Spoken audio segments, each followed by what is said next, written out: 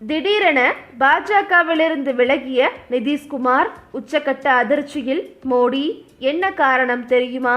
அதாவது அஸ்ஸாம் மாநில சட்டப்பேரவையில் இஸ்லாமியர்களின் தொழுகைக்காக 3 மணி நேரம் இடைவேளை விடுக்கும் வழக்கமானது 1937ஆம் ஆண்டிலிருந்து வந்ததாக கூறப்படுகிறது. இந்த நேரத்தை பாஜகவை சேர்ந்த முதலமைச்சர் ஹேமந்த பிஸ்வ சர்மா தலைமையிலான அரசு தற்போது ரத்து செய்துள்ளது. இது குறித்து அஸ்ஸாம் சட்டப்பேரவை தலைவர் பிஸ்வாஜித் திம்ரி தெரிவித்துள்ளதாவது, ஆங்கிலேயர் காலத்தில் இந்த பழக்கம் இருந்தது. அதனால் சட்டசபை வழக்கமான நேரத்தை விட 11:30 மணிக்கே ஒத்திவைக்கப்பட்டது. இது போன்ற விதியால் வெள்ளிக்கிழமை நேரமின்மையால் விவாதம் நடைபெறாத சூழ்நிலை இருந்தது. மேலும் பிற மதத்தினரும் பிரார்த்தனைக்கு நேரம் கேட்க ஆரம்பித்து விட்டார்கள். மேலும் இது போன்ற விதியானது பிற சட்டப்பேரவைகளிலோ நாடாளுமன்றத்திலோ இல்லை. இந்த நிலையில்தான் இதை முடிவுக்கு கொண்டுவர சட்டப்பேரவையில் ஒருமனதாக முடிவெடுக்கப்பட்டுள்ளது என சட்டப்பேரவைத் தலைவர் தெரிவித்தார். இதற்கு தற்போது பாஜக தலைமையிலான தேசிய ஜனநாயக கூட்டணியில் அங்கம் வகிக்கும் நிதிஷ்குமாரின் ஜேடியு கட்சியானது எதிர்ப்பு தெரிவித்தது பாஜகவிற்கு பெரும் அதிர்ச்சியையும் சங்கடத்தையும் ஏற்படுத்தியுள்ளது.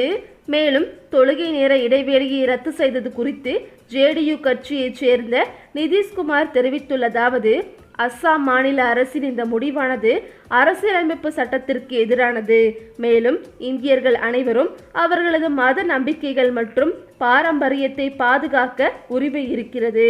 அஸ்ஸாம் காமாக்கிய கோயில்களில் ஒவ்வொரு நாளும் யாகங்கள் மற்றும் பலி பூஜைகளை தடுத்து நிறுத்த முதலமைச்சர் சர்மாவால் முடியுமா? அஸ்ஸாமில் வெள்ளப்பெருக்கு மற்றும் வறுமையை ஒழிக்க குரல் எழுப்பி இருந்தால் நன்றாக இருந்திருக்கும் என நிதிஷ்குமார் கடுமையான எதிர்ப்பு தெரிவித்திருந்தார். இது குறித்து பாஜக தலைமையிடமும் நிதிஷ்குமார் எதிர்ப்பு தெரிவித்துள்ளதாகவும், இதனை உடனடியாக நிராகரிக்க வேண்டும் என்றும், இல்லையென்றால் தான் இந்த கூட்டணியிலிருந்து விலகிக் கொள்வேன் என்று தெரிவித்ததாக சொல்லப்படுகிறது. இந்த நிலையில் பாஜகவிற்கு பெரும்பான்மை இல்லாத நிலையில் ஆட்சி அமைக்க துணையாக அமைந்ததில் ஜேடியு கட்சியின் பங்கு முக்கியமானதாக பார்க்கப்படுகிறது. இந்த தருணத்தில் தற்போது நிதிஷ்குமாரின் இந்த திடீர் அறிவிப்பு பாஜகவிற்கு மேலும் அழுத்தத்தை கொடுத்துள்ளது என்றுதான் சொல்ல வேண்டும். ஓகே விவோஸ், இதை பற்றி நீங்கள் என்ன நினைக்கிறீங்கன்னு உங்களுடைய கருத்துக்களை கமெண்ட்ல தெரிவிங்க. இந்த வீடியோ உங்களுக்கு பிடிச்சிருந்தா லைக் பண்ணுங்க, ஷேர் பண்ணுங்க, மறக்காம நம்ம சேனலை சப்ஸ்கிரைப் பண்ணிக்கோங்க. தேங்க்ஸ் ஃபார் வாட்சிங்.